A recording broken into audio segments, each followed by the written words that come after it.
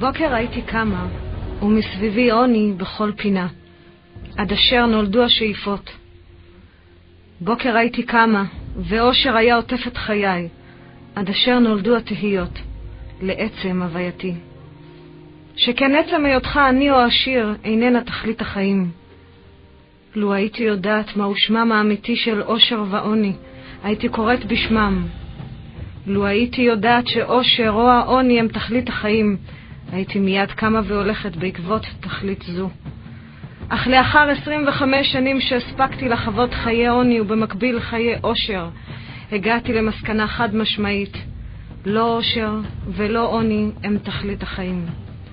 כשאדם חי חיי עוני גשמי, כל שרוצה להשיג הוא אושר. אך מה יעשה אדם שהשיג כל שחפץ ליבו, ועדיין תחושה של חוסר או חלטו? כשאדם חי חיי עוני, כל שרוצה להשיג הוא אושר, ואני כל שרציתי כך קיבלתי, בגשמיות. ויחד עם זאת שילמתי מחיר כבד, עצם ההבנה שזו לא תכלית חיי בפרט והחיים בכלל. אבוא ואומר שהיה קל לחשוב רק על עצמי, גם על כך שילמתי מחיר. עצם הידיעה שרקמתי לעצמי עוד ועוד מכשולים שליוו אותי כל חיי. כל חיי חייתי במחשבה שהיופי עומד לי ליתרון, למרות כל הקשיים בדרך. אך הזמן לימד אותי, כי היופי עמד לי למכשול העיקרי בחיי. כיוון שכל עוד הוא הוביל את חיי, חייתי את חיי לצד הגאווה. הבנתי שכל עוד לא ביררתי את האמת על עצם הווייתי בעולם זה, חייתי בשקר. שקר החן והבל היופי. לעתים הייתי יושבת וכותבת את מסכת חיי. כמה הייתי רוצה להיות מישהי אחרת, ולא קולב לתפארת. רציתי לצעוק לעולם שאני אדם, מעבר ליופי, לכוח, לעוצמה ששידרתי. רציתי בסך הכל להיות אדם רגיל ללא כל דופי. לא יפה יותר, לא מוצלחת יותר. אדם. אדם עם ערכים ותובנות אישיות על החיים. אדם שחי את האמת עם תכלית אמיתית. סיפור חיי מתחיל בגיל 15 לערך. אני גדלה בבית מעין מסורתי נוח, כמו שככה קוראים לזה. בית, בליל שבת, מקדשים על הקידוש, וברקע שומעים את הטלוויזיה ברקע. כלום לא מובן, כלום לא ברור. בזמן הזה, כשחיים וגדלים לצד עיתונים, לצד טלוויזיות, לצד מה שכל תוכניות המדיה מראות, הולכתי שולל כמו כל בת אחרת. הבנתי שמה שחשוב הוא להציג את היופי, להיות היפה יותר, המוצלחת יותר, להיות דוגמנית. וכך הלכתי בעקבות החלום הזה, ולהצלחה. בגיל 16 כבר הפכתי להיות דוגמנית בכל הארץ. הופעתי בעיתונים, מגזינים, דברים קשים ביותר. ואז כשנכנסתי לעולם הזה, שהיה נראה כל כך זוהר, כל כך עשיר, כל כך עם תהילה וזוהר, נוכחתי לראות עד כמה אני חיה בשקר. ימי הצילומים היו ימים קשים, שבהם ראיתי מאחורי הפרגוד סמים כבדים. ראיתי איך אין ערך לגוף האישה, אין ערך למי שאת. את לא מעניינת אף אחד, אלא כולך קולב לתפארת. בגיל 18, אחרי שכבר הבנתי שאני בתוך סבל וייסורים, שאחרי כל יום צילומים אני מגיעה הביתה ופשוט בוכה. בוכה מריקנות שאוכלת ואוכלת ואוכלת כל איבר בתוכי. ריקנות שלא ידעתי מהו שמה, מהו שמה אמיתי. הריקנות הזאת שהיה קשה לקבלה. הייתי סוגרת את הדלת ובוכה. לא יודעת אל מי בכיתי, אך ידעתי שאני סובלת. אף על פי שכשהייתי יוצאת לרחוב, היו מסתכלים ומביטים, הנה היא הצליחה, הנה היא דוגמנית. חתימות, כל הדברים האלו שהייתי חייבת להיות השחקנית על הבמה, שחייבת להמשיך את המשחק. אך בבית, כשהייתי לבד עם עצמי, זה היה בכי שרודף יום אחר יום, כיוון שידעתי שאני לא נמצאת במקום הנכון. אחרי שהריקנות אכלה כל חלק וחלק באישיות שלי, במי שהייתי, שכבר שכחתי מי אני, מה אני ולמה אני כאן. פניתי לסוכן שלי ואמרתי לו, משהו לא הגיוני. אני חיה חיים ריקניים, אני רוצה להבין למה. הסוכן שכמובן יודע לדבר רק בגשמיות, אמר לי מיד, ודאי, את צריכה לראות את ההצלחה בחוץ לארץ, בפריז, עיר האופנה. שם תראי מה זה הצלחה אמיתית. ארזנו מזוודה, טסנו לחול, ושם באמת ראיתי הכל יותר בגדול. תהילה יותר גדולה, זוהר, יופי יותר גדול. הכל היה עוצמתי יותר, כוחני יותר, אבל גם היו סמים קשים יותר, אלכוהול קשה יותר, מסיבות הדור הבוקר, מסיבות שהרסו את נשמתי לאט לאט. הסבל היה גם שם, שאחרי כל יום צילומים שוב הגעתי לחדר ושוב בכי, ולא הבנתי למה הבכי הזה חוזר על עצמו גם כאן כשאני זוכה לזוהר יותר גדול ולתהילה יותר גדולה. שוב פעם פניתי לסוכן בתלונה שעדיין לא טוב לי, ואז הוא אמר, כן, זהו, השגת את מה שרצית כאן בחול, נחזור לארץ. זה היה כבר גיל 24, חזרתי לארץ, ובאחת המסיבות, בקרב כל עולם הזוהר, הכרתי את בעלי, אסיף בן ישי, שחקן כדורגל, ידוע בשמו. זה מאוד התאים את עצם העולם הזה, דוגמנית, כדורגלן, הכל היה כמו סרט נע, שפשוט תפרתי עם חוט ומחט. אחרי שבועיים שהכרתי את בעלי, הוא אמר לי, תמי, אני רוצה לבוא לאסוף אותך. אני רוצה להזמין אותך למסעדה. קניתי לך משהו קטן. הוא הגיע לסוכנות בנמל תל אביב, כולי אחרי יום צילומים, גשמית לחלוטין. ישבנו במסעדה, ואז אני פותחת את העטיפה ורואה ספר תהילים. גיחכתי לעצמי ואמרתי, מה הוא נותן לי ספר תהילים? מה הוא נותן לי ספר? מה הדוגמנית יכולה לעשות עם ספר? איפה העגילים? איפה השרשרת היקרה? איפה הטבעת היקרה? איפה הגשמיות שמדברת אליי ורק היא דיברה אליי? זה מה שהעולם, עולם החול, נתן לי להבין, שכמה שיותר, כמה שיש יותר, כך יותר טוב. הכנסתי את הספר לתוך התיק, בלי לומר תודה אפילו, והמשכנו את היום. לאחר כחצי שנה החלטנו להתחתן. התחתנו בחתונה רגילה, מלאת פנינים ויעלומים, ועל כן נפשי סובלת ביותר.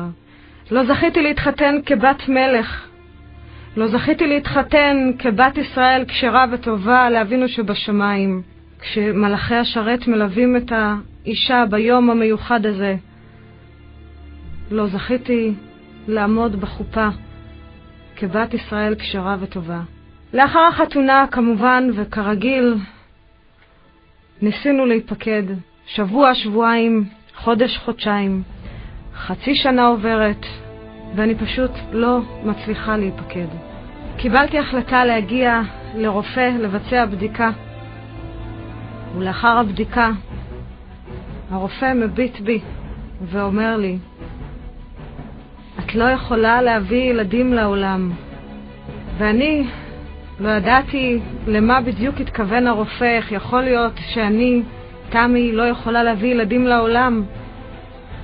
זאת אומרת שאני לא יכולה לראות תינוק רך בן יומו, שלא אזכה לשמוע את המילים אמא. מיד הבכי הגיע. התקשרתי לבעלי ובשרתי לו את הבשורה המרה שלא יכולים להיות לנו ילדים. אך בעלי, עם אמונה גדולה יותר משלי, אמר לי, אל תדאגי, נלך לרב, נקבל ברכה. משם פנינו לרב לקבל את ברכתו. כשנכנסתי אל הרב, הוא הביט וחייך. ואני שלא הייתי מודעת לעולם התורה, הכבוד שעליי לעשות, הבטתי ואמרתי לעצמי בלב, איך יכול להיות שהוא מחייך? אני כאן כולי כואבת, לא יכולה להביא ילדים לעולם. הוא הביט ואמר, את באמת רוצה להביא ילדים לעולם? ומיד אמרתי, איזה אישה, איזה אמא לא רוצה להביא ילדים לעולם? הוא אמר בנחרצות, אם כן, עלייך לבצע 3 דברים, שאם תבצעי אותם, תיפקדי.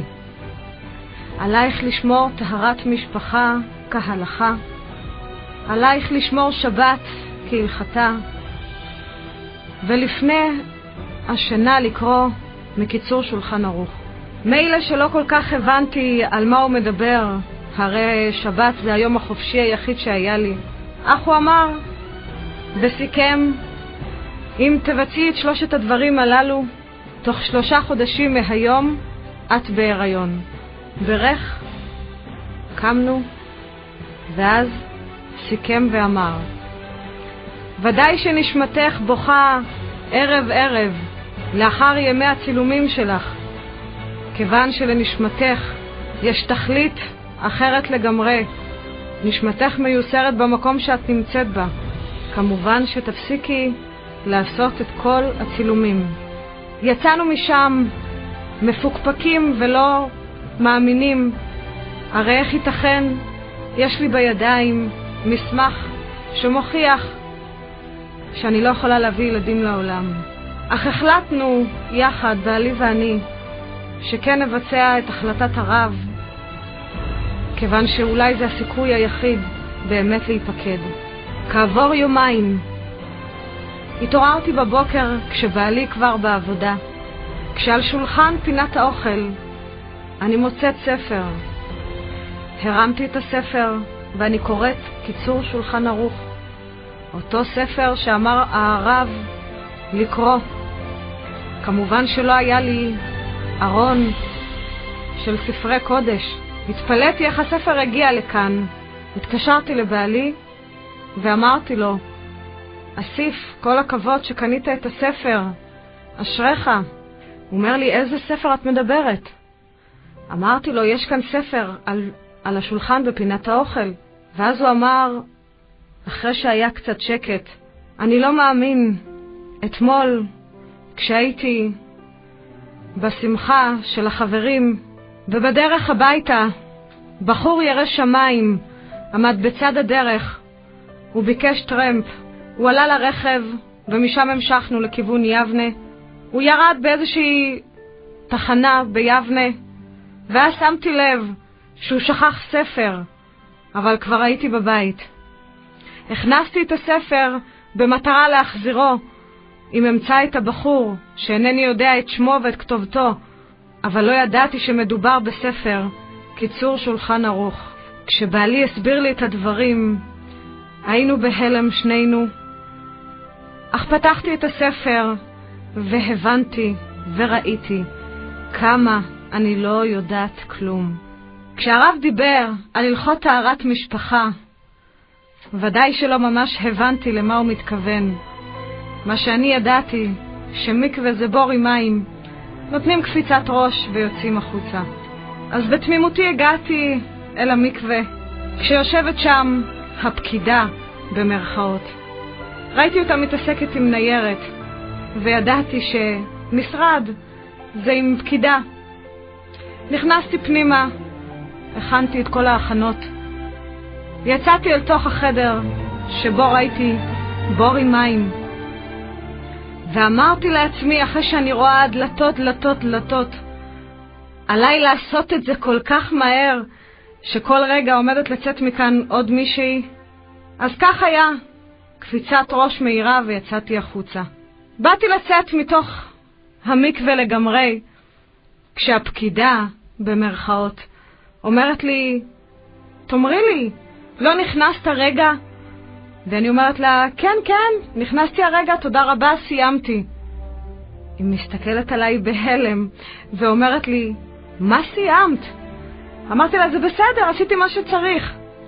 אמרת לי, לא, זה ממש לא ככה. היא פשוט הכניסה אותי חזרה, הושיבה אותי במשך 3 שעות, והסבירה לי את הלכות טהרת המשפחה.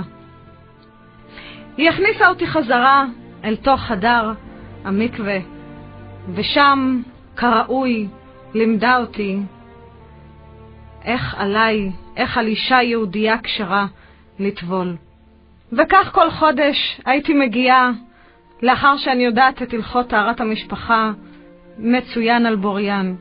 בשבת הראשונה שהגיעה, מאז שהיינו אצל הרב, התכוונתי ללכת לא לים שהייתי רגילה.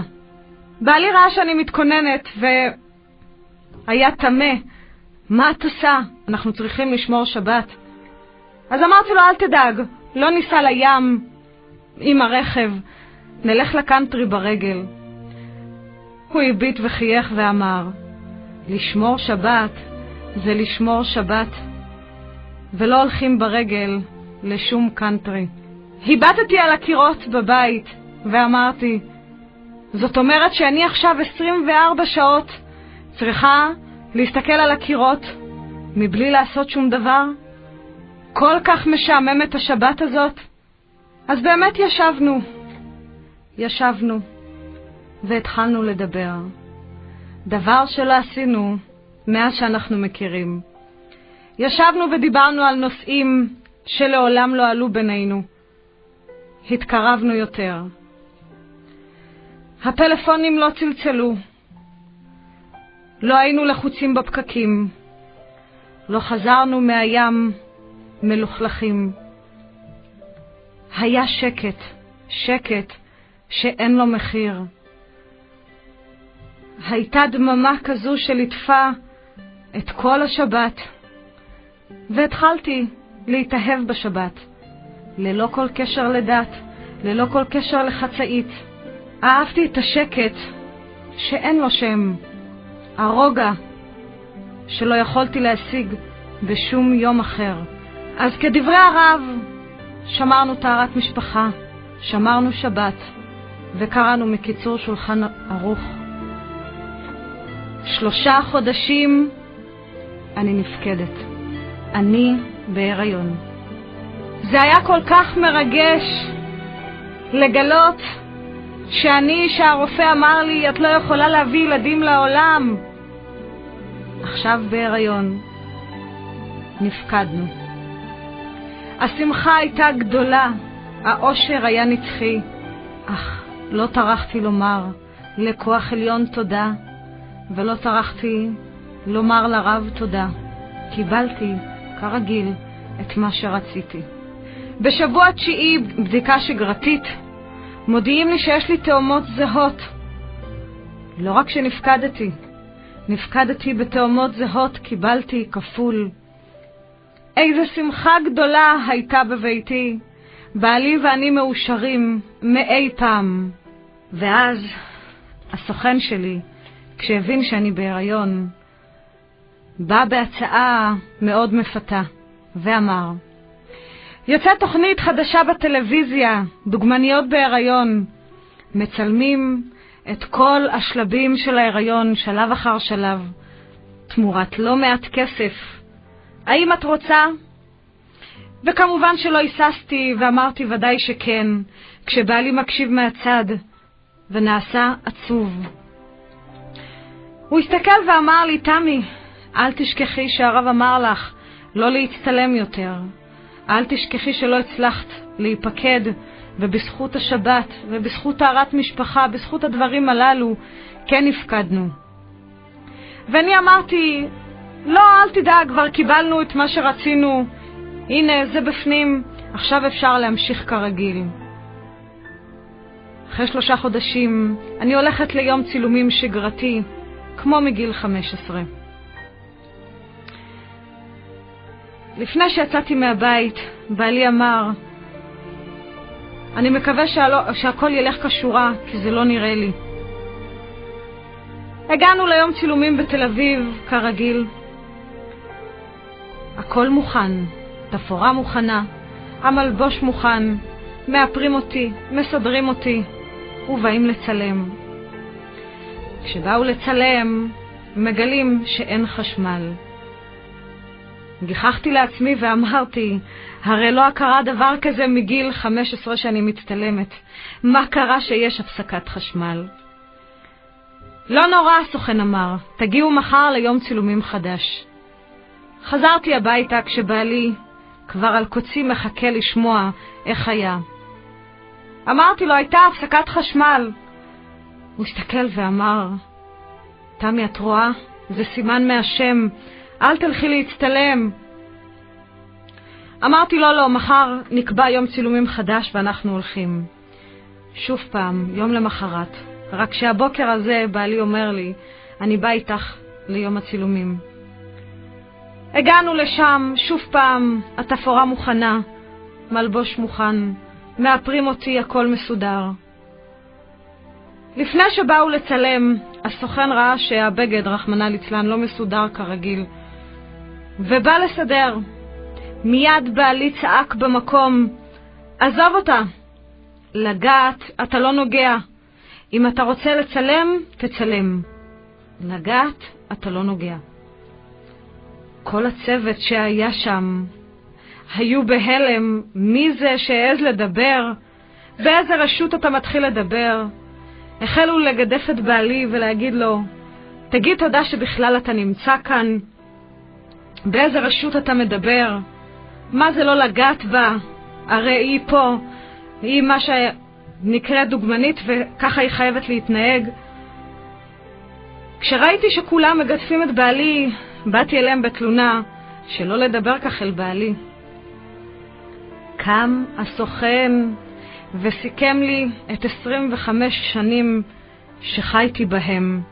הוא סיכם מגיל 15 ועד גיל 25 את כל השנים שלי בדוגמנות, מי הייתי, מה הייתי שווה. הוא הסתכל עליי ואמר, תהי יפה ותשתקי. כל המסכים ירדו, כבר לא היה לי את מי לשקר. הבנתי מה זה בעצם להיות דוגמנית, להיות יפה ולשתוק. אין לך ערך, אין לך מוסר. מי את? את לא שווה כלום, את לא מוערכת.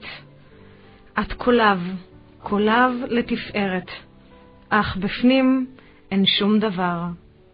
את יכולה להיראות זוהרת, את יכולה להיראות יפה, אך מבפנים אין כלום.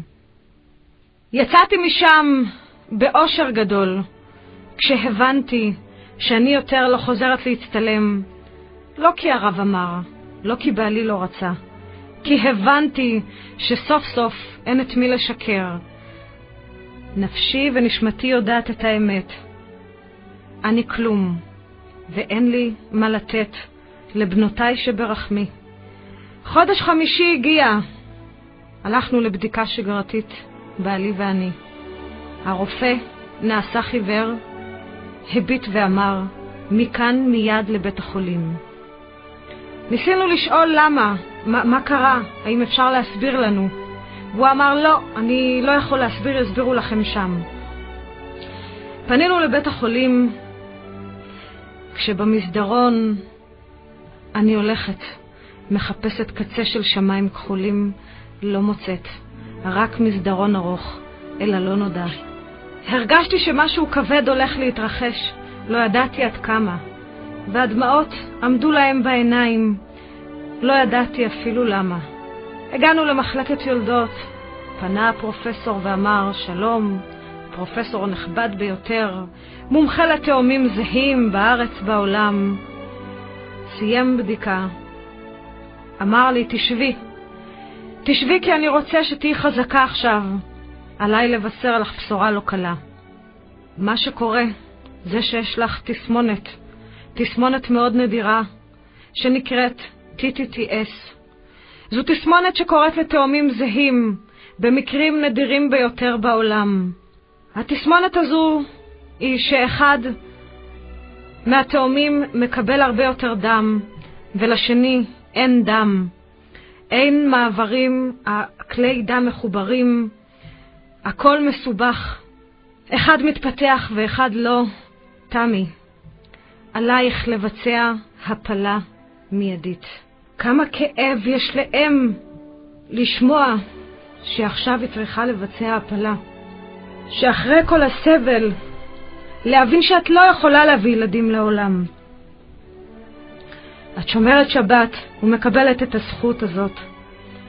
ועכשיו, בחודש חמישי, אומרים לך שאת המתנה שקיבלת ברחמך, עלייך להפיל. הבכים מיד זלג החוצה בדמעות כואבות שאף אחד לא יכול להבין. רק אישה יכולה, אישה בהיריון. רק אמא יכולה להבין את התחושה שרוצים לקחת ממנה חיים, עובר, ילד. מילותיו של הפרופסור היו כה חדות, מלוות באדישות מלאת ניסיון, עד כי הוא לא הבחין בכך שכאילו לקח סכין וחתך צד אחד מכל גופי. הדמעות של בעלי כבר היו בעיניים. לפתע כל החדר נהיה שחור, לא ראיתי כלום. התנתקתי מהגשמיות הרובצת שחייתי בה כל כך. כל פנימי עמוק שאני לא יודעת להסביר אותו, עד עצם היום הזה, צעק החוצה, אני לא מבצעת הפלה. אך בזמן שבעלי מדבר עם הפרופסור, והפרופסור מונה את אופציות ההפלה, אני לא כאן, אני במקום אחר, באמצע סופת רגשות שסוחפת אותי, את נשמתי, את נפשי וגופי, הנה והנה, ואני מטלטלת מצד אל צד, חיי מתפרקים לי לנגד עיניי, אני לא רואות כלום. עכשיו, לדמעות מלווה קול, קול שרוצה לזעוק חזק בקול רם, לעולם, לשמיים, אלוקים, זה אתה? הבנתי כבר שיש כאן כוח עליון ששולט בכל הדבר הזה שנקרא חיים, שולט בי, שולט בבעלי, ושולט בעוברים שהיו לי בתוך רחמי.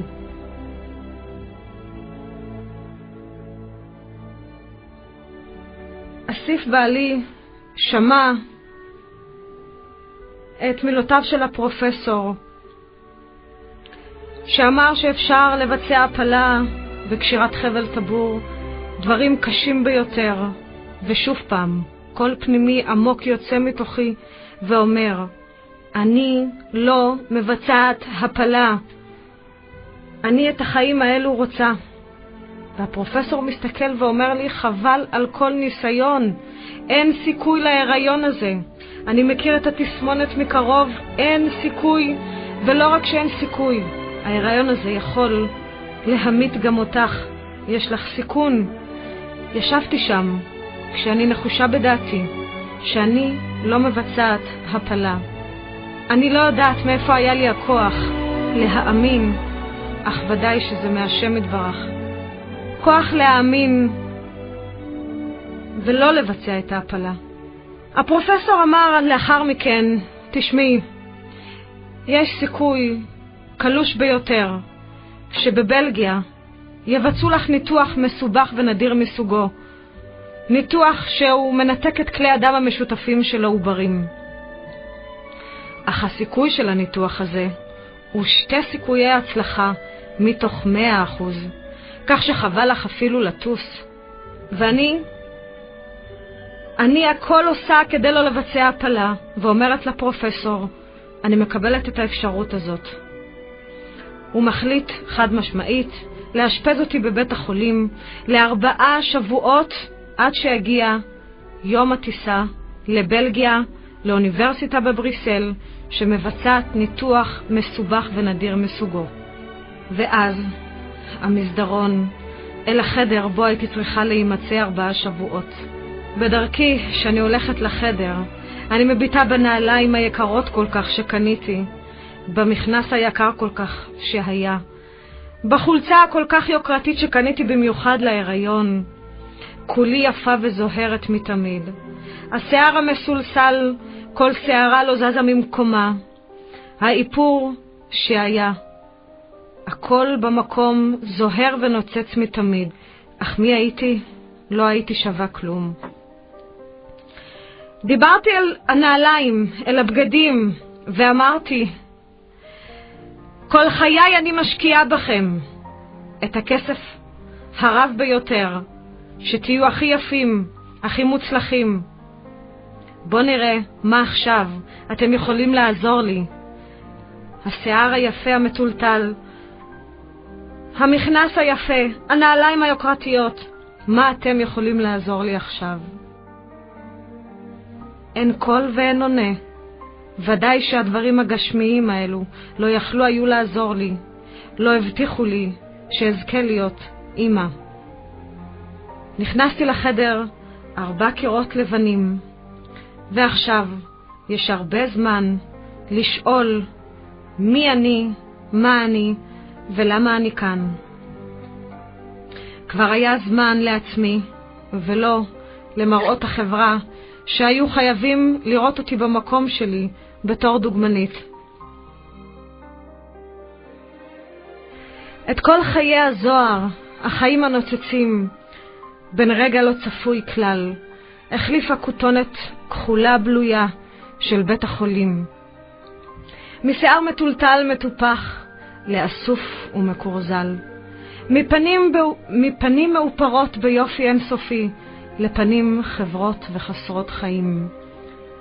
ויום רודף יום והבכי לא נגמר. מצאת החמה ועד רדת החשיכה, והלילה שנמשך לו לאיתו, שהבוקר לא מגיע. ושוב הבכי לא נגמר עד כדי כך שפניי המאושרות, הצחות, כן, פניי שלי, משקרות לי ומוכיחות לי כמה רק הבל יש בם. מול המראה אני רואה את האמת, מקלפת מפניי את קליפות הטומאה. פניי הפכו מפוסלות מדמעות. ואז, מתוך הכאב, היגון והצער, מתחתית הבור הכי עמוק שניתן להגיע, לראשונה מזה 25 שנים, במעמד הכי מצער שחוויתי כל חיי, מתוך החושך והאפלה, התחלתי לשאול ולשאול, למה? למה אני? למה לי? למה עכשיו? האם זה קשור לעובדה שגדלתי בבית נוח, דבר שהוא לא ברור, אתה אף פעם לא מבין לאיזה צד אתה שייך, לשומרים או למחללים, וזה הדבר הכי מסוכן. רואים טלוויזיה, אך לא מקבים או מדליקים, בלילה האורות היו דולקים, ובבוקר קבועים. מה שנעשה בצורה לא ברורה וחד משמעית, נגמר בכך שהייתי מחללת שבת לגמרי. מנסיעה לים בשבת, עד לאוכל במסעדות שבישלו בם בשבת. אך מה עם העובדה שגדלתי לצד אמא טובה, צנועה, שמי שאני יאמר לזכותה, סמל הכוח והעוצמה שלי, שאת מידותיה העניקה לי דרך מבטה הרך והכאוב. היופי התמים, ויחד עם זאת, עיניים נמרצות, מהעמל רב מבוקר ועד ליל. מסירות נפש, שאת המוסר להיות אדם טוב, היא העבירה בצורה הטובה ביותר. אמא, יש בליבי תיבת זיכרונות שהייתי רוצה לנקות מעליה את האבק הכואב שסחבתי על גבי מזה זמן רב. ראשית, רציתי לבקש ממך סליחה. סליחה שלא הקשבתי כשאמרת לי להוריד את החולצה ההיא שלא מתאימה ומכבדת בת ישראל. סליחה שכשיצאתי מהבית בחדר מדרגות הורדתי עוד חלק מבגדיי. סליחה ששיקרתי שאמרתי שאני הולכת לחברה, שאת ההמשך את ודאי יודעת, אמא יקרה. סליחה שלא דיברתי בשפה נאותה שראויה לבת ישראל. סליחה שלא הפנמתי וכיבדתי את הדיבר, כבד את אביך ואת אמך, למען יאריכון ימיך.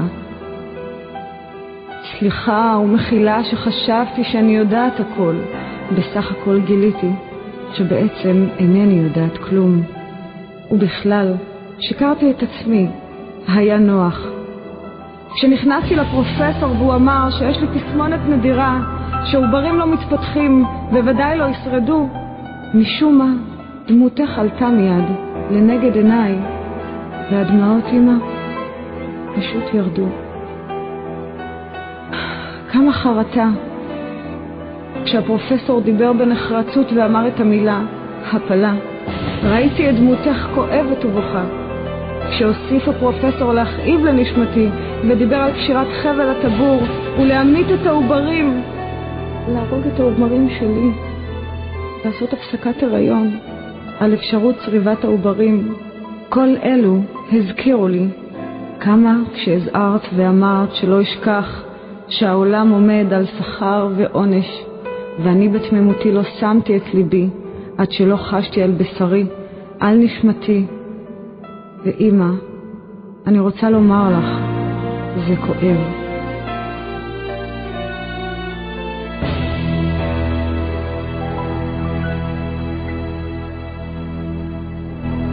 התחלתי לשאול שאלות. האם כשאין בבית תורה ומצוות יש משמעות להיותך אדם יהודי מאמין?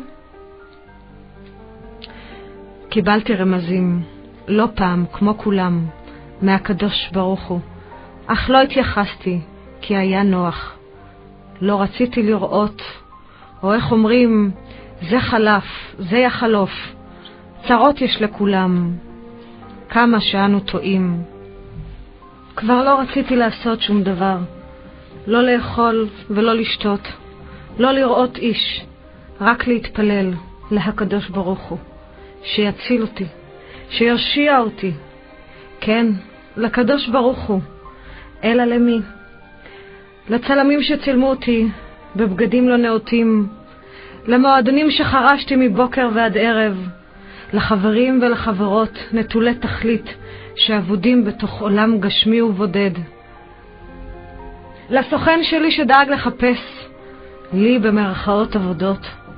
למי? לקדוש ברוך הוא. למה אליו? למה לא התפללתי אליו עד היום? למה לא עשיתי מה שהוא ציווה בתוך ספר שלם של מצוות וחוקים? למרות שתמיד ידעתי שיבוא היום ואתפלל אליו. אך כמה היה נוח לומר זאת ולחיות לצד השקר וחוסר הידיעה של מהי השבת, ובכלל, למה אנו, העם היהודי, קיבלנו מתנה. איזה סוד יש בשמירת השבת? כי מי שיודע באמת מהי השבת מתאהב ומתחיל באותו הרגע שהוא יודע. אך כשאנו צעירים, ובכלל מי שלא גדל בבית יהודי שומר תורה ומצוות, ואיננו יודע כלל מהי השבת ומהו שכרו של אדם בעת ששומר שבת. אני הבנתי זאת כשרציתי לזכות לפרי בטן.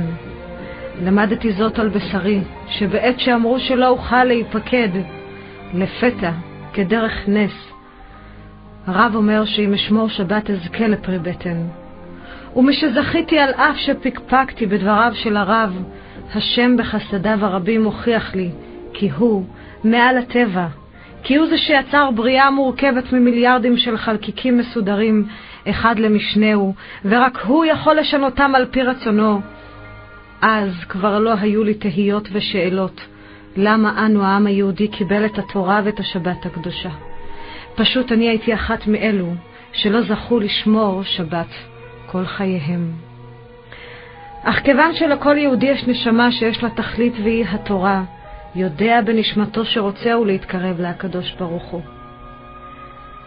ואני שהייתי עבודה בתוך יער של דמיונות ושקרים, שנוסד בעוונותיי הרבים, בשבת, עם בגד לא הולם לבת ישראל, מוקפת חברים וחברות, נטולי תכלית אמיתית. אני שמי שראה אותי מהצד ראה אישה חזקה ויפה, רק אף אחד לא הבחין בכך שהייתי אומללה. פעם כתבתי לאחר יום צילומים את המשפט הבא: לוקחת מכחול ומציירת על עצמי, רק שלא יראו מה מתרחש בתוכי. והכי כואב לחיות ולחוש את הפחד, והכי מפחיד לחיות ולחוש את הכאב. היו מאפרים אותי עד שלא הייתי מזהה את עצמי, וכל תמונה שצילמו אותי הרגשתי יותר ויותר מלוכלכת. כאב ונשמתי מאוד, ולכן תמיד היה בי פחד ליום הדין, יום האמת. ומתוך הפחד בא לי כאב בלב שלא הפסיק לעולם. אך הייתי שייכת לעולם שבו ההצגה הייתה חייבת להימשך, ואני הייתי חייבת להיות השחקנית, מתוך חוסר אישיות. מה יגידו האנשים מזה שאתה לא באמת מקשיב לנשמה שלך, מה היא רוצה, אלא מה רוצים כולם? והיום, כשאני תחת כותלי בית החולים, איפה כולם? היום אני מחפשת אחר האמת, אל האור שהנשמה רודפת, שלנפש יהיה מעט שקט. היום אני מתפללת למי שיצר אותי וברא אותי, אשר נפח בי נשמת חיים, למי שנתן לי ספר שלם של חוקים ומצוות, ליחיד שיכול להושיע אותי. כבר לא חיכיתי לטלפונים של חברים, ידעתי שכיום אני לא מעניינת כבר אף אחד. שאלתי את עצמי הרבה שאלות, למה הגעתי למצב שהגעתי אליו? שוב פעם בדיקות, שוב פעם חוזרים על אותם בדיקות כואבות ומכאיבות. ובסוף אני שומעת, תוותרי על ההיריון, אין סיכוי להיריון הזה. חבל, תבצעי הפלה, את מסכנת את החיים שלך. וכל יום ביקור רופאים בוקר, ביקור רופאים ערב, הייתי שומעת, תבצעי הפלה, אין סיכוי להיריון. כששכבתי בבית החולים, פתחתי את התיק שלי, והוצאתי משם את אותו ספר תהילים קטן, שבעלי קנה לי אחרי שבועיים שהכרנו. אז כבר הבנתי למה בעלי קנה לי את אותו הספר הקדוש הזה. פתחתי את הספר, הסתתי את הווילון, ראיתי שמיים כחולים, אותם שמיים שחיפשתי, והתחלתי להתפלל אל בורא עולם, אל אבא. כל כך בכיתי וחיפשתי שאבא שבשמיים ירחם עליי, יאהב אותי, כי אני ביתו שטעתה בדרך, שעכשיו, שאני יודעת שאשוב בתשובה אליו, אולי ירחם עליי ויושיע אותי ואת ההיריון הזה. כעבור שבוע מגיע הפרופסור ואומר לי, המצב הולך ומדרדר, אני מבקש ממך לבצע הפלה. אם לא, אני רוצה שתלכי לראות מומחה אחר בתל השומר. פניתי גם לשם, למומחה אחר. שוב פעם בדיקה, אור בקצה המנהרה. הוא מבצע את הבדיקה, מסיים ואומר, אני מצטער, המצב שלך הוא הרבה יותר קשה ממה שחשבנו. אני גם מחליט, חד משמעית, שעלייך לבצע הפלה. חזרתי לבית החולים כואבת יותר, בוכה יותר, מבינה שלא נותנים סיכוי להיריון. אך כבר אני לא הייתי למטה בעולם הגשמי. כבר ידעתי שאני את בקשותיי מבקשת רק מהשם יתברך. דיברתי רק אליו. התחננתי תוך תפילות ותחנונים להשם מספר התהילים הקדוש. הדבר היחיד שניחם אותי, הדבר היחיד שעזר לי להתפלל ולהתפלל. פתאום אותה תחושה ריקנית כבר לא הייתה. ספר התהילים מילא את ליבי, את נשמתי, את נפשי, בתפילות אליו, אל השם יתברך. אחרי שבועיים שוב פעם נכנס הפרופסור ואומר לי, תמי, תוותרי על ההיריון, ואני לא מוכנה. ואז הוא אומר, תשמעי, קשי לרב פירר, כל מה שהרב פירר יגיד לך לעשות, אני גם אקבל את דעתו. עוד פעם, אור בקצה המנהרה. לקחתי את כל החומר הרפואי, שלחתי אל הרב פירר. כעבור שעה חוזר אליי העוזר ואומר לי, הרב אמר שעלייך לטוס, הוא מכיר את התסמונת, יש לך את התסמונת, תסמונת לא קלה בכלל. אך הרב חושב שכדאי לך לטוס לבלגיה, לבצע את הניתוח. ואני כבר התייאשתי ובכיתי ואמרתי לו, למה אני צריכה לטוס לשם אם אני יודעת שאאבד את ההיריון? והוא אמר לי, אל תוותרי, גם אם תחזרי עם אחת משם, תסעי. אמרתי לפרופסור את המילים של הרב פירר, שהוא טוען שצריך לטוס. עברו 3 שבועות קשים ומפרכים. נותר שבוע האחרון. ליל שבת כבר הגיע. ביום שני אני צריכה לטוס לבלגיה. כל ליל שבת בעלי היה מגיע עם האוכל, מסדר על המיטה, היינו יושבים ואוכלים. ליל שבת אחרון מגיע, בעלי הגיע לקראת השבת עם כל האוכל, מסדר על המיטה, וכל פנימי עמוק יוצא מתוכי ואומר לו, בוא נלך לשמוע קידוש. הוא תמה למה אני רוצה לשמוע קידוש, ואז אני אומרת לו, בוא נלך לשמוע קידוש, אולי זה הקידוש האחרון שבנותינו תשמענה. אנחנו לוקחים את האוכל והולכים לחדר האוכל, שם היו יושבים בדרך כלל משפחות עם ילדיהן, ואז אנחנו יושבים ורואים שם רק 2 זוגות חרדים, נשים צדקניות ובעליהן לידם. הם ערכו את הקידוש ברגש, עם זמירות נעימות, אשת חיל מי ימצא. כל כך התרגשתי, הבטתי על הסיף ואמרתי שבעוד כמה זמן הייתי רוצה שגם בביתי יהיה ליל שבת כזה. לאחר ברכת המזון הוא החל לספר מעשייה על אישה שבנה היה מוטל לפניה על סף מוות. הרופא ביקש מהאם שתיפרד מבנה לעולם. זעקותיה ודימותיה המרגשות של האם פתחו שערי שמיים. ירדה בת קול מן השמיים ואמרה, אמא יקרה, יהודייה יקרה, אם תקחי על עצמך כיסוי ראש ובגדייך בצנעה תלבשי, ינצל בנך וישוב לחיים. כיסתה ראשה עם ציפת הקר, כיסתה גופה עם סדין לבן, ובאותה עת בנה חזר לחיים. ואני מקשיבה מן הצד ושותה בצמא את דבריו של האיש.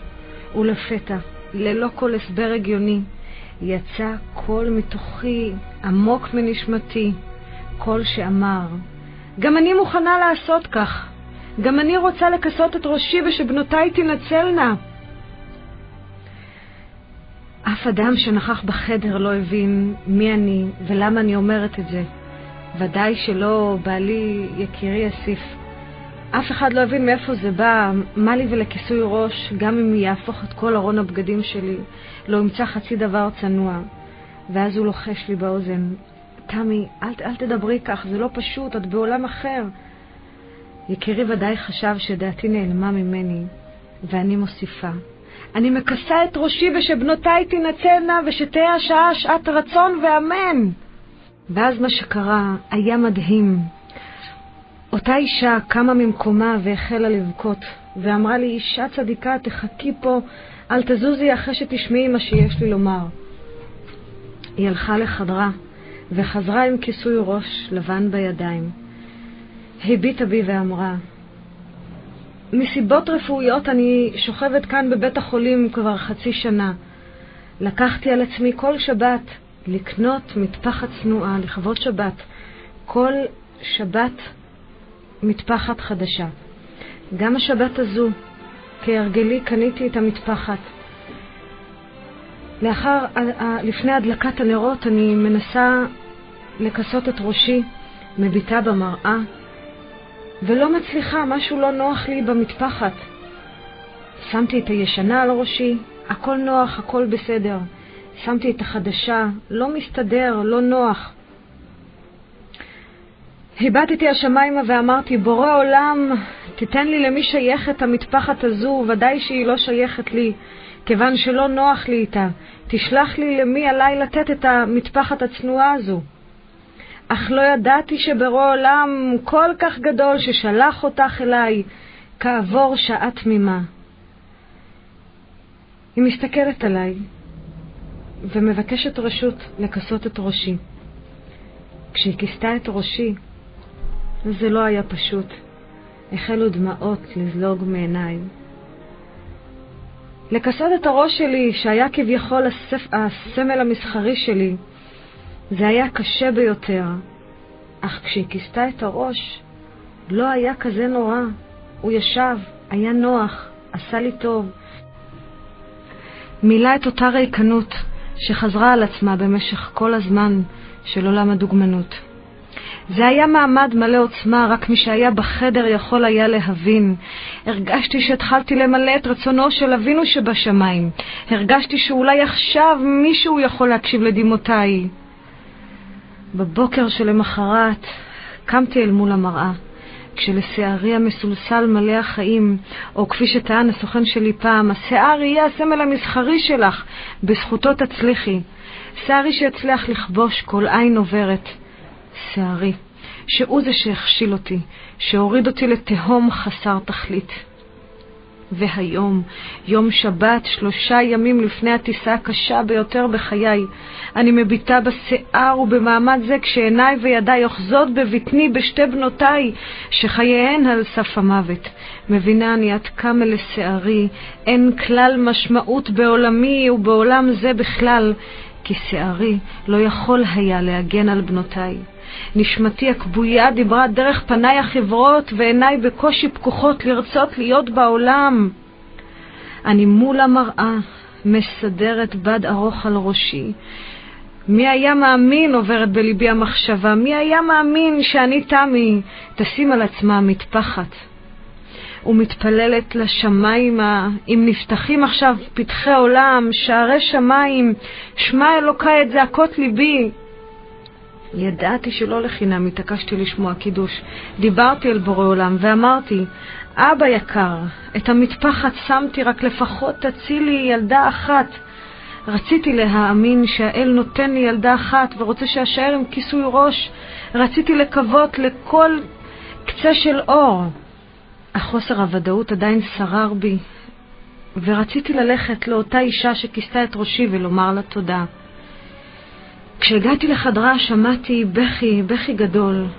ראיתי אותה שהיא בוכה מאוד ובידיים שלה דף, מסמך, ואני שואלת אותה מה זה ולמה את בוכה ברכה?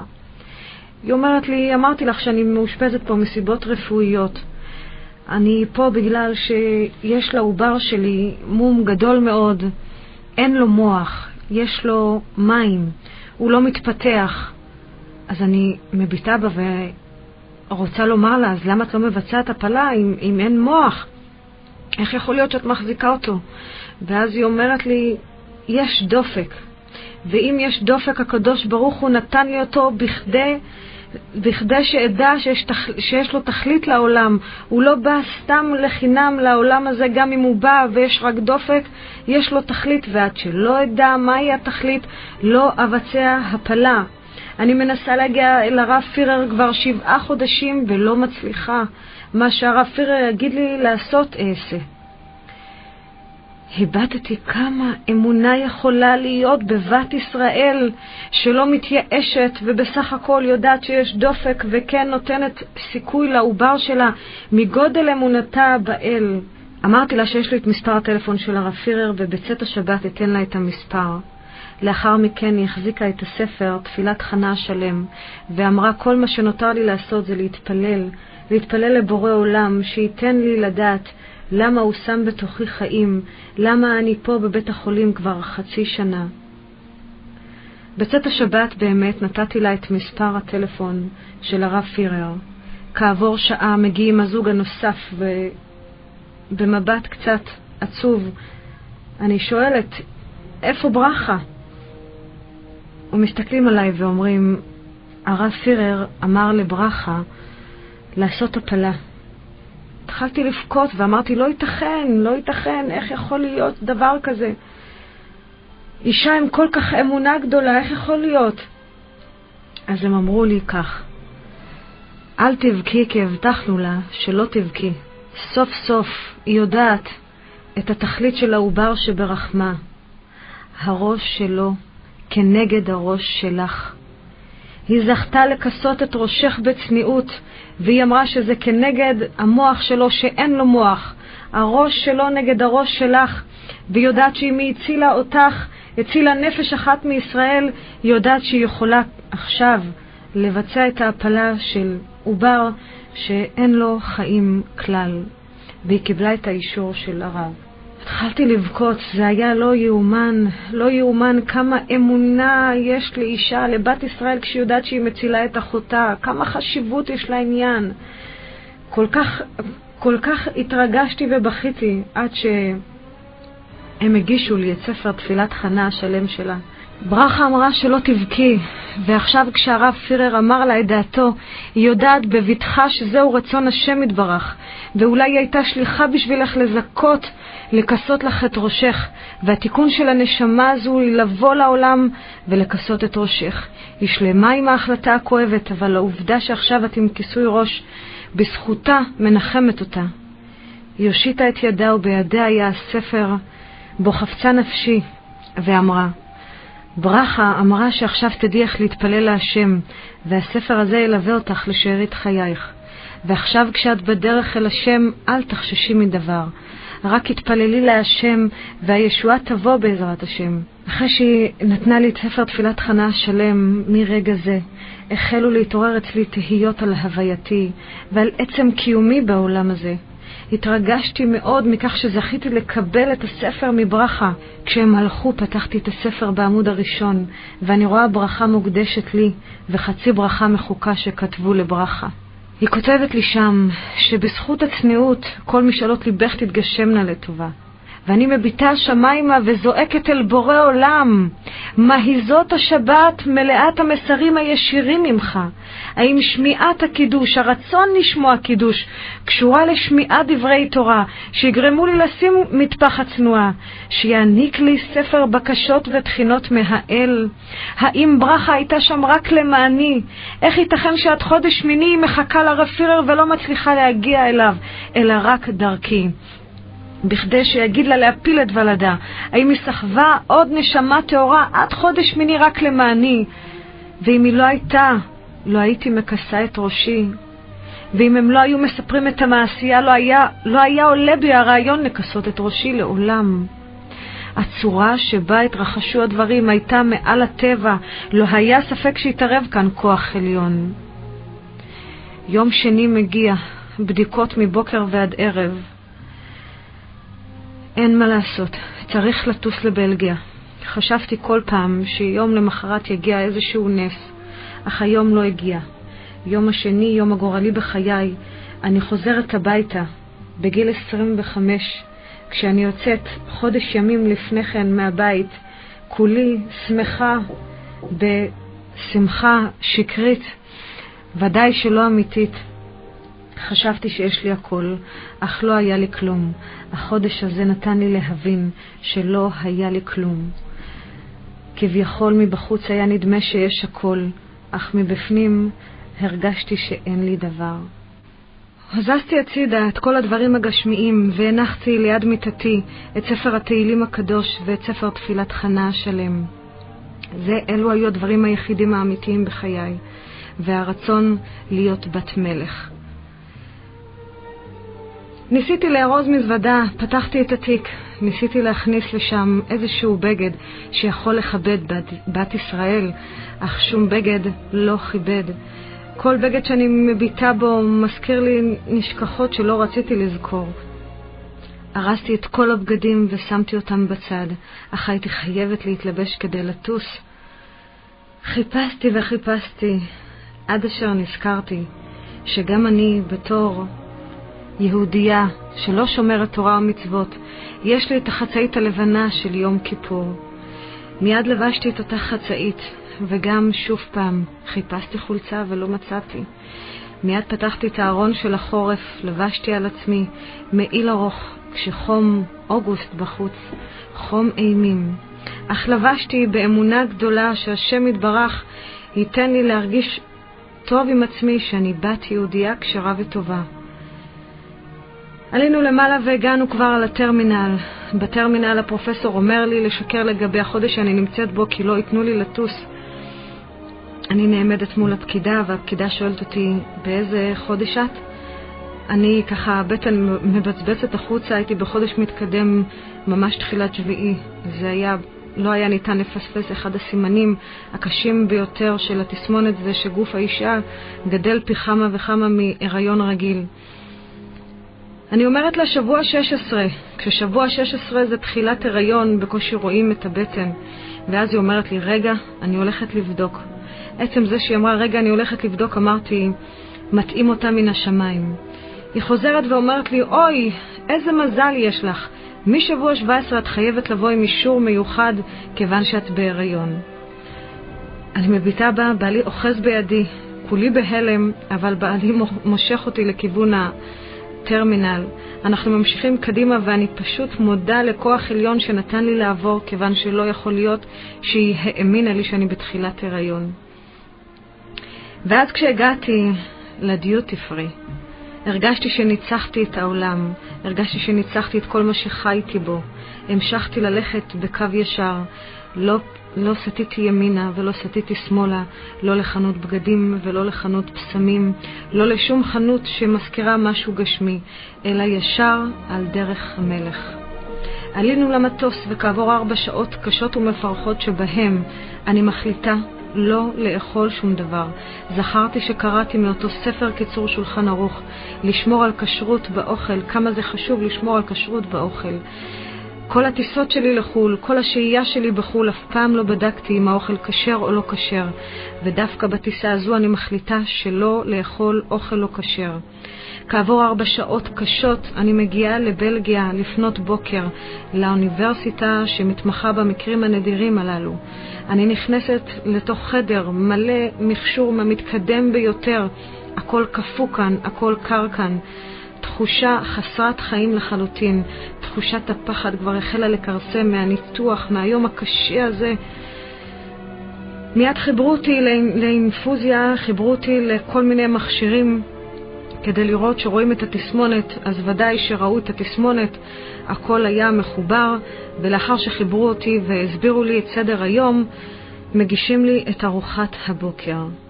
אני מביטה על המגש, רואה שם מאכלים לא רצויים.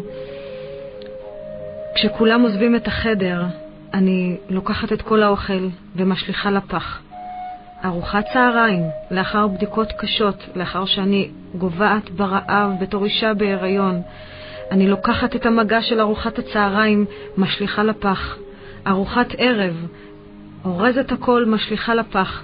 לא אוכלת יום ולילה שלמים. יום למחרת, יום רביעי, יום קשה ביותר, אחרי לילה שאני עם כאבים איומים בכל הגוף, כאב ראש, כאב רגליים, כמו נחש שמתפתל בכל איבר בגוף ונותן לי לסבול יותר ביותר. הרגשתי כאילו הנשמה שלי מזדככת. מגישים לי ארוחת בוקר, שוב פעם כולם עוזבים את החדר, אני אוספת ומשליחה לפח. לקראת הצהריים כבר החלתי להיראות כמו אחת שלא אוכלת, פניי נעשו חברות, ומשם איבדתי את ההכרה. מיד החזירו לי את ההכרה, מילאו אותי באנטיביוטיקה עד שחזרה הכרתי. הרופא נעמד שם לאחר שהתעוררתי ואמר לי, אני מבין שאת לא אוכלת, את נראית חיוורת ביותר, אני מבין שאת לא אוכלת כי את מתרגשת מהניתוח. אני מבקש ממך, הנה, הבאנו לך את כל מטעמי בית החולים, אני רוצה לראות שאת אוכלת. היבטתי השמיימה ואמרתי, בורא עולם, תעזור לי לעבור את הניסיון הקשה הזה. לא לחינם אכלתי כמה ימים, תן לי לא לאכול את האוכל הזה. מה העסק שכולם פה עומדים ומחכים שאוכל את האוכל הלא כשר הזה? זכה אותי בורא עולם, לזכות במצווה ולא לאכול. ואז בעלי התמים נכנס עם מקדונלדס ביד ואומר לפרופסור, אל תדאג, מקדונלדס היא אוהבת, היא אוכלת, היא תאכל את זה. הוא לקח את המגש של בית החולים והניח את המגש עם המקדונלדס עליו. כן, אני יודעת שגם מקדונלדס לא כשר, אך בעלי תמים ולא ידע שאני לא אוכלת 3 ימים. הוא הניח שם הכל חם, הכל טרי, ממש לאכול עוד רגע. אני גובעת וגוססת ברעב. אמרתי לבעלי, לאחר כל הנוזלים שיצאו, אני חייבת לשטוף את הפנים. נכנסתי לחדר לשטוף את הפנים. אמרתי לבעלי, לך תביא לי מים רותחים עם סוכר. עליי לשתות מים רותחים עם סוכר, זה מה שהייתי שותה 3 ימים. הוא יצא לשם, בזמן הזה שהוא יצא להביא לי את הכוס מים, אני יוצאת החוצה למגש עם המקדונלדס. חציתי את הכריך ל2, חצי זרקתי לפח, וחצי פיזרתי על עצמי שיראו כאילו ואכלתי. בעלי נכנס לחדר, היה בהלם איך אני אוכלת בעמידה, תשבי. איך את אוכלת בעמידה? תשבי, תהי בנחת. אמרתי לו, זהו, סיימתי, אכלתי, היה לי טוב, תודה רבה לך בעלי שדאגת לי, תודה לך. ואז כעבור שעה שכביכול אני שבעה, נכנסת האחות ואומרת לי, זהו, עכשיו עלייך להיות בצום, מחר זה יום הניתוח. כולי מגחכת בפנים ואומרת לה, כמה אני מוכנה לניתוח, אני 3 ימים בצום, 3 ימים אני לא אוכלת שום דבר. כל אותו לילה כבר לא ישנתי, חיכיתי שהשמש תזרח עם תפילות ותחנונים להשם. כמה התפללתי להשם, בורא עולם, אבי מלכי, יודעת אני כי הייתי בדרך לא טובה. כל רצוני לעלות על דרך המלך, להיות בת טובה וכשרה, שתהה אב גאה לבת שמגיע לה להיות יהודייה. רחם עליי, רחם עליי. מתוך העוני שלי היום לוקחת אני את בגדי הצניעות ומכסה את גופי וראשי כפי שציווית. עשה את רצוני ותוכיח לי שאמת אתה ותורתך אמת, ויתהפך עליי גורלי ואצא מחדר זה כששתי בנותיי ברחמי בריאות ושלמות.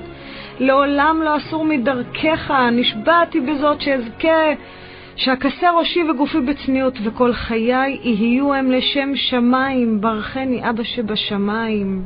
אני מתפללת להשם יתברך, וכבר קוראים לי לחדר הניתוח, ליום הגורלי ביותר בחיי, יום שבו אני מונחת בין חיים ומוות. הפרופסור נכנס לתוך החדר ואמר לבעלי לקחת אותי על כיסא הגלגלים לחדר הניתוח. כל צעד נמדד כנצח, רגעים שכל שנייה בה מעטופה באימה, בלחץ, בפחד. הגוף רועד והלב מרשרש, לו יכול היה להתפוצץ. ואני והסיף נפרדים מחמותי היקרה בנשיקות ובמילות חיזוק ועידוד. איש ואישה מהלכים למהלך הגורלי בחייהם, יד ביד, ונדמה שעוד רגע העולם חרב. בדיקה אחרונה, אולטרסאונד אחרון לפני הניתוח. הרופא לוחץ לי את היד ואומר בהצלחה. מדליק את הטלוויזיות בחדר. החדר היה קפוא. הוא לובש כפפות, מקבע את האור. אני עוצמת את עיניי לראות את חן בנותיי שלי. אסיף אוחז בידי, ואני מנסה בכל כוחי להיכנס אל תוך רחמי באור עצום ולדבר אליכן, בנות שלי. בנות יקרות שלי, לאור שאתן רואות כעת קוראים אמא. אני מדברת אליכן ממעמקי נשמתי. אנא, תבטיחו לי, תשמרו ותגנו אחת על השנייה, ואל תעזבו אותי. אנא, תבטיחו נא לי, שלא תניחו לאחת מכן למות. אנא, בנות יקרות שלי, תבטיחו נא לבורא עולם שתמיד תהיינה בדרך המלך, רק כך ישמורו עלינו מכל משמר. תהיינה חזקות מכל רוח שתבוא בדרך, וכמה שהדרך תהיה קשה וכמה ניסיונות שיבואו עליכן תילחמו, וכשיבוא יום האמת, יום הדין, אל יהי פחד בלבכן. זהו השכר שיוענק לכן. תתפללו איתי יחד אל אבינו מלכנו. אנא אדוני יושיע נא, אנא אדוני יצליח נא. ופתאום משום מקום החדר נעשה קפוא, כאילו נכנסה רוח אלוקית. חשבתי שאני הוזה או מדמיינת, אך זה קרה. מבטו של הרופא השתנה, הוא כימת את גבותיו, הוא לא הבין מה מתרחש. הוא מנסה לראות, אולי המכונה מתקלקלת, אולי הוא לא רואה טוב. הוא בודק את המכונה. אסיף ככה מנסה להעיר אותי, ואנו מבחינים שמשהו מתרחש. הלחץ עוד יותר גובר, הוא מנער את המכשיר, חשב שנשתבשה עליו דעתו. הוא מדבר עם עצמו ואנחנו לא מבינים מה הוא מדבר. לא הבנו את השפה, נבהלנו יותר, איבדנו אחד על השני, מה קורה כאן? הרופא עזב את החדר בריצה אחרי 45 דקות שהוא מנסה בסך הכל לראות את תנוחת העוברים כדי לדעת איך לגשת לניתוח. הוא נכנס עם רופא אחר ועכשיו שניהם עושים את הבדיקה. הם מדברים ביניהם חצי בלגית, חצי אנגלית, ואנחנו מנסים להבין אבל לא אומרים לנו חצי מילה. לאחר שעה וחצי הם יוצאים מהחדר, קוראים לאסיסטנטית של המנתח שהגיעה במיוחד מרוסיה לבצע את הניתוח, ועכשיו גם היא מבצעת בדיקה. 4 רופאים, 4 פעמים, לאחר 4 ימים של בדיקות חוזרות. והם לא מבינים, וגם אנחנו לא מבינים מה קורה.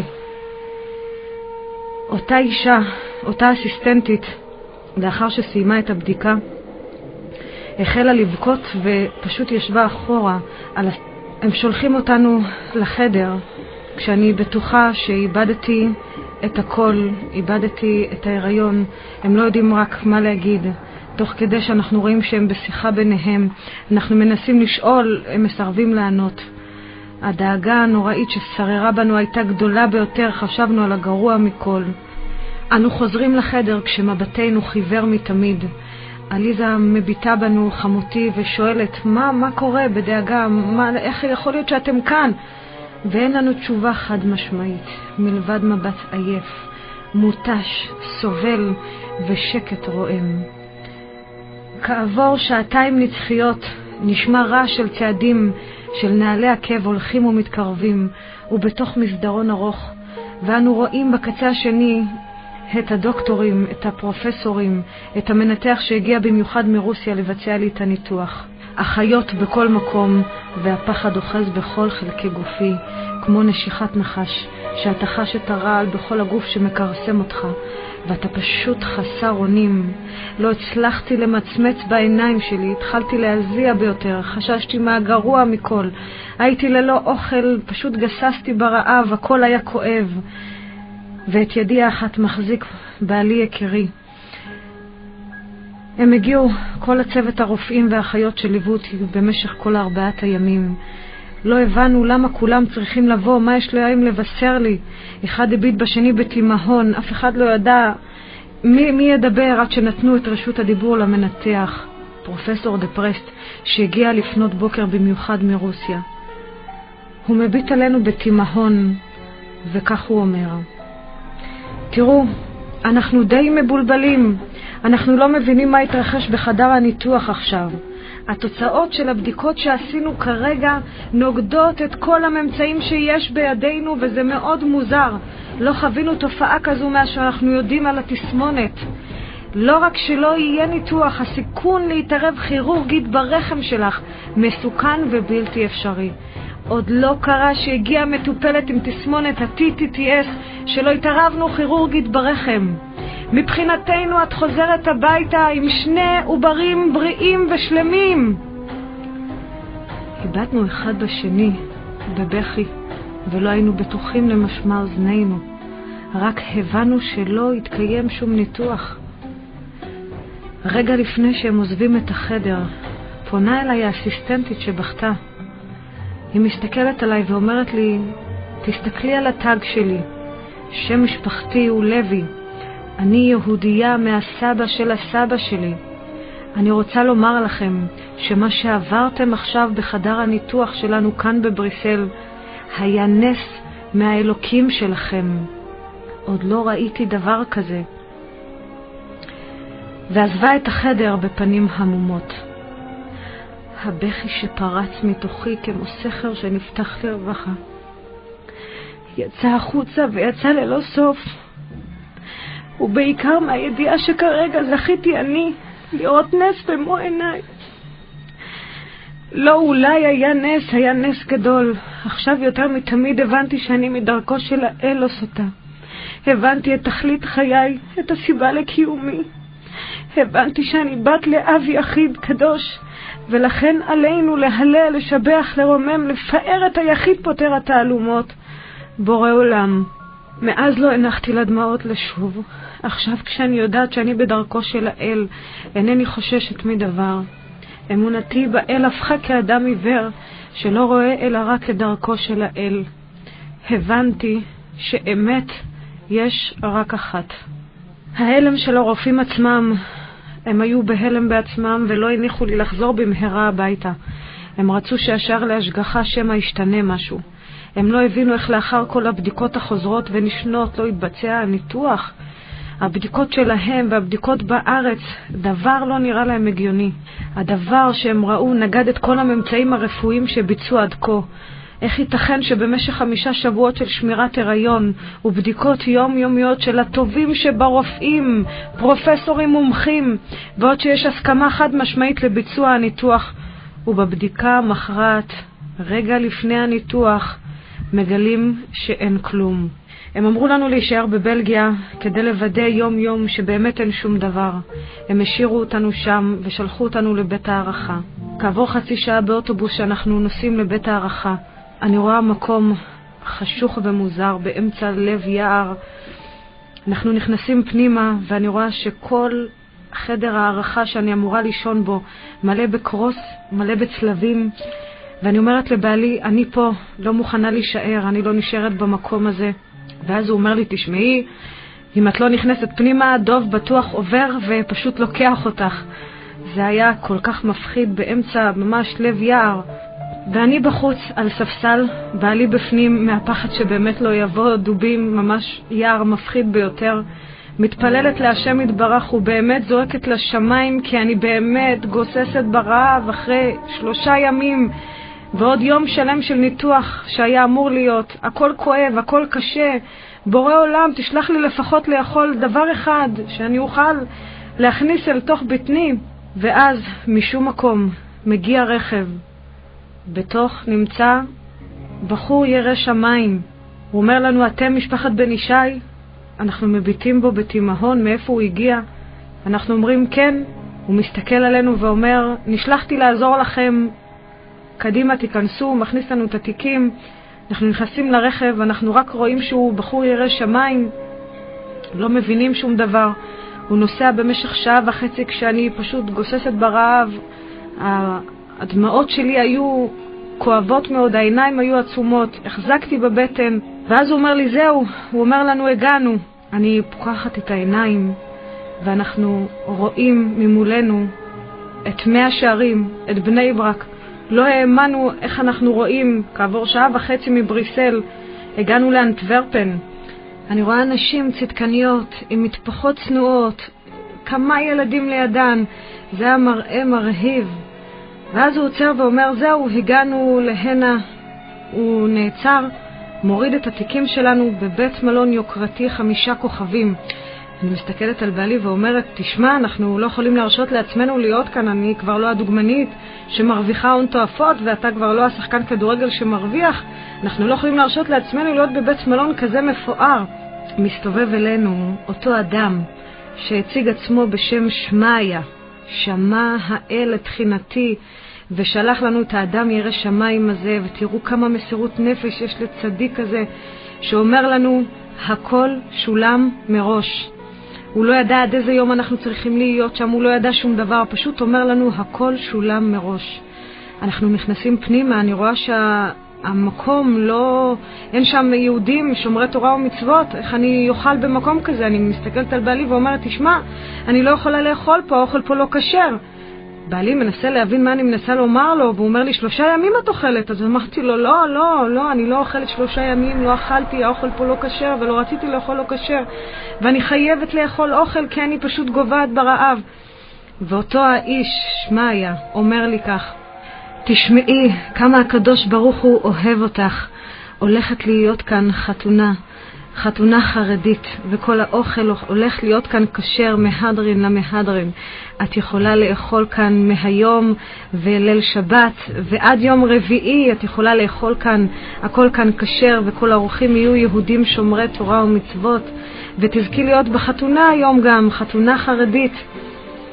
ואני פשוט מביטה שמיימה ואומרת, בורא עולם, כמה כוח, כמה ניסים, כמה אתה יכול לתת לבת שלך כשאתה אוהב אותה, שהיא עושה את רצונך. כמה אתה אוהב את הבנות שלך, שאתה יכול לשנות את הטבע בשבילהן.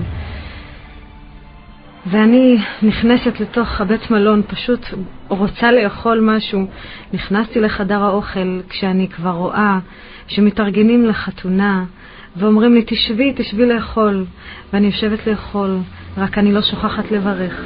ובכל דבר שהחזקתי ברכתי, אכלתי מטובו, והכל היה בשפע. וכך עברנו את ליל השבת. עברנו אחרי שראיתי מהי חתונה יהודית של אנשים שומרי תורה ומצוות. איך אותה כלה נכנסה אל החופה כשהיא לבושה בצניעות חסודה מכף רגל ועד ראש.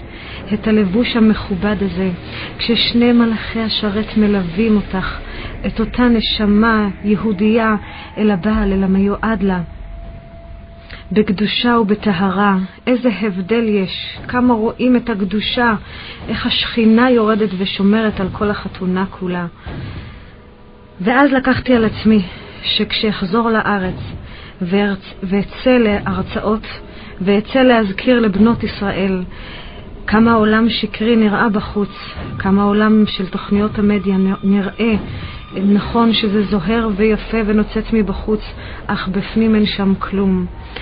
וכשאגיד את כל זה, אעשה זאת בלבוש לבן, כיוון שלא זכיתי אני ללבוש סמלה צנועה הנהוג לבת ישראל. וכך אני הולכת לכל הרצאותיי בלבוש לבן כדי לחפר על מה שאני לא זכיתי, על כך שאני רוצה שאת בת ישראל תזכי להיכנס כששני מלאכי השרת שילוו אותך בצניעות ובחסידות הנהוג לבת ישראל. יום רביעי, כשכבר הבינו שהכל בסדר, חזרנו לארץ, ארץ הקודש. איזה כיף היה לראות את השמיים הכחולים כשמרגישים אווירה של קודש בכל מקום. ואז כבר לא הסכמתי להתאשפז, הוגדרתי כנס רפואי. הרופא פשוט לא יכל היה להביט בפניי, איך יכול היה להגיד שנכשל בכל מה שאמר. אבל לא האשמתי אותו כיוון שידעתי שבורא עולם נטע פה כוח עליון שנגע בכל סיפור חיי. ג' באלול הגיע. אני באה לבדיקה שגרתית בבית החולים. נכנסתי לקרדיולוג, והקרדיולוג בפנים מודאגות אומר לי לגשי מיד לפרופסור שלך. ניגשתי לפרופסור, והפרופסור אומר לי מתי אחת פעם אחרונה, ואני אומרת לו עכשיו, והוא אומר לי בסדר, מעכשיו את לא אוכלת. זה כבר היה מוזר, אבל עדיין לא הבנתי שאני נכנסת לחדר לידה. מעכשיו לעכשיו, תוך 5 דקות כבר הייתי מורדמת. זה היה ב10 בבוקר. ב11 בלילה אני מתעוררת כשנודע לי שנולדו בנותיי תהילה ואודיה במשקלים של כ-800 גרם. הם נולדו בריאות ושלמות בכל איבריהן, טהורות וזכות, וכמובן שנולדו כבנות מלך לאבינו השם שבשמיים. כשהתעוררתי, בעלי אמר לי, בעלי מחמדי ואני, הוא אומר לי, אני רוצה לקחת אותך לראות את הבנות שלנו. אנחנו הולכים לשם לפגייה, כיוון שהם נולדו בסוף חודש שביעי, והן נולדו מאוד קטנות. הם הצטרכו להיות באינקובטורים 3 חודשים. אני נכנסת ורואה אינקובטורים לצד מיני רבים. לפתע מולי עוד נס גלוי בעיניי הדומעות.